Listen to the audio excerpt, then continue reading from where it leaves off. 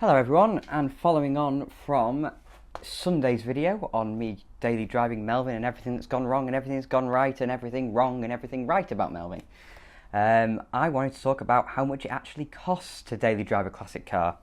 Now, again, this is something that worries a lot of people because people seem to think that old cars are money pits. Some of them are, a lot of them are actually. But if you buy a decent one, there is absolutely no need to worry about the amount of money it's going to cost because this car has not cost me a lot of money. In fact, it's cost me a lot more in completely unnecessary purchases that I buy just because I'm an idiot and a massive car nerd. But yeah, if I dive into Melvin's service history, which is in front of me, we'll have a look at exactly how much it's cost for me to daily drive Melvin. So if I skip to my bit in this, right, so as I mentioned in the last video, the first thing I had to do to Melvin was get the temperature gauge fixed because that broke, and also a new that's the wrong word to say, a new radiator fan switch because they broke. Because of course they did. And that cost me £85. I got someone else to do it because partially because I couldn't be bothered, and partially because it meant I had to bleed the cooling system, and I just didn't want to do it on my own. So that was £85 for a new fan switch and a new temperature switch, and obviously some new coolant as well. And then the next thing, which wasn't actually very long after it, was the carburettor problem. And so that needed rebuilding, and this did cost quite a bit of money. I also got the rocker cover gasket changed at the same time because that was leaking. And if you watch my channel, you know that it still is leaking, but it isn't an issue. The oil level doesn't go down, so I don't count it as a problem. So the parts from the SU carburettor company, the service kit for my KIF 38 carburettor, cost me £79.16. And then the rocker cover gasket and all the labour for all that cost 150 quid. So yeah, that was quite a bit of money, but it gets less as we go on. So after that, I decided I'd give Melvin a service, which is the things you have to do. And I bought the parts on Black Friday, which meant that I got a lovely discount from Euro Car Parts, and it meant that my oil and filter cost me £18.18, which was fantastic value. And it shows that's it's not a full service, but it's a 6-month service, just an oil and filter. It cost me less than 20 quid, and I just did it in the garage. All 4 tyres were getting towards needing changing because I rotate my tyres, and so they all wear at a pretty much even rate. And they were starting to crack as well. They'd been on the car for a number of years, and so I took the plunge and decided to get 4 new tyres fitted. They are Toyo Nano Energy 3s, and the tyre size for the Metro is 155/65 R13. And those tyres cost me £168.16 fitted. And then I got a wheel alignment after the tyres because the wheel alignment wasn't perfect. That cost me £36. So far they are all necessary things, that the things that I couldn't really live without. But now we start to get towards the stuff that I've just bought because I'm me. Underneath the car there was a little bit of a rattle going on, and I figured out that was from one of the pipes that carries the suspension fluid from back to front. If you don't know, these have hydrogas suspension, which basically means there's a fluid in a gas. There are no springs or shocks, and down the floor of the car next to the brake lines there are these pipes that carry fluid from front to back in the car. So I went and bought 2 of these new clips. I only needed 1, but I thought I'd buy 2 anyway, just in case. And because of Rimmer's extortionate postage costs, they cost me £8.82. That wasn't completely necessary, but it was nice just to get rid of the rattle. And then I bought some new wiper blades, £7.18. And then I went on a little bit of a haul of buying a couple of bits that I needed. My cam belt cover has a little bit of a crack in the top corner of it, and I thought, I'll buy a new one of them.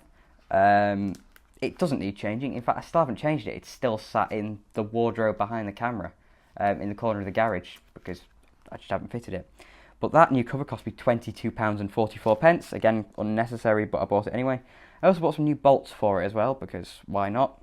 And they cost me £4.10 for 3 of them.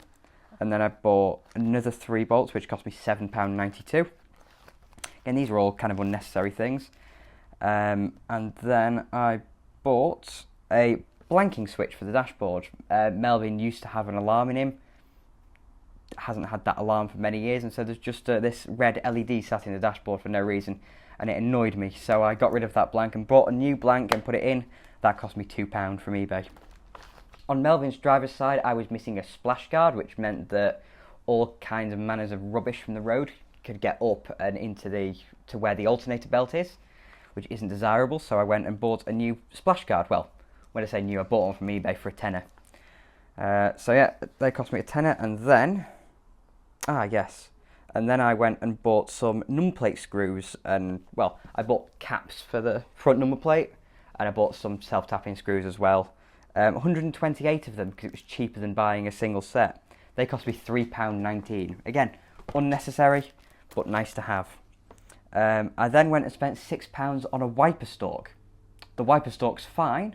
I just went and decided to buy one with the fibre optics in it. Because if you didn't know, Metros, Maestros and Montegos from 84 to 88, I think, when you turn the lights on, the stalks lit up so you could see all the markings in the ends of the stalks. From 1988, for some reason, they got rid of that. Cost cutting, I suppose. But I want to get them working in Melvin, so there are a few things I need, but the first thing I noticed that was for sale was a wiper stalk with the fibre optics in, so I bought one of them for £5.99. I seem to have got things in a bit the wrong order here, but for that arch liner I bought, I had to buy some scrivets for it to hold it in. And I got a pack of 10 of them. Don't need a pack of 10, but that's how many came in the pack. That cost me £10.59. I then went and bought some brake pads. I don't need brake pads. There's plenty of life left on the pads on Melvin already, but they were on offer. So I got some Brembo brake pads for £18.99. And then I was trying to clean Melvin's side repeaters and unclipped the side repeater, took it out of the car and realised that it was actually broken and bodged in. And so I went and bought some clear lenses, and I bought some orange bulbs as well to go with them. They cost me £12.99. And then final thing, I bought some anti-corrosion wax for £17.95. So there you go. Most of it is random rubbish that I just don't need. So if I go and add everything up now, we can find out exactly how much it costs to daily drive a 30-year-old car.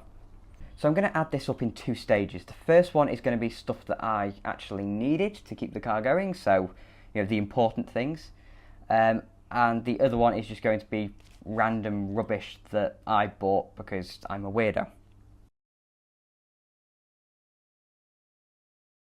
So I've just added it all up, and it comes to £543.68 to run this car. That's just based on the stuff that I absolutely needed, and if we divide that by 12, we see that per month this car has cost me £45.30 to keep going, which is pretty much nothing compared to what it would cost to keep a modern car going. Well, what it would cost to lease a modern car.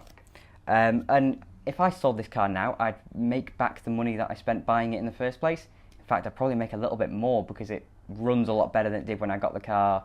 And Metro prices seem to have gone up a little bit as well. So £45.30 a month. But if I go and add up all the rubbish that I seem to have spent money on, because why not? This is something you should never do as a car person. Add up the amount of money you spend. So, out of the stuff that I bought just because, I've spent £124.98 on nothing really, just random stuff that just makes Melvin a bit nicer. Just the niceties and random stuff that I don't really need. And that, again, isn't very much. If we divide that by 12 and add it to the £45 or something, it means I've spent about 55 quid a month on Melvin so far, which is really not bad at all. There's very few things that come cheaper in the motoring world than a well-sorted older car. And so Melvin's just been good. So again, there's a second part of why you shouldn't be scared to daily drive an older car. As long as it's not an absolute dog, then they're relatively cheap to maintain.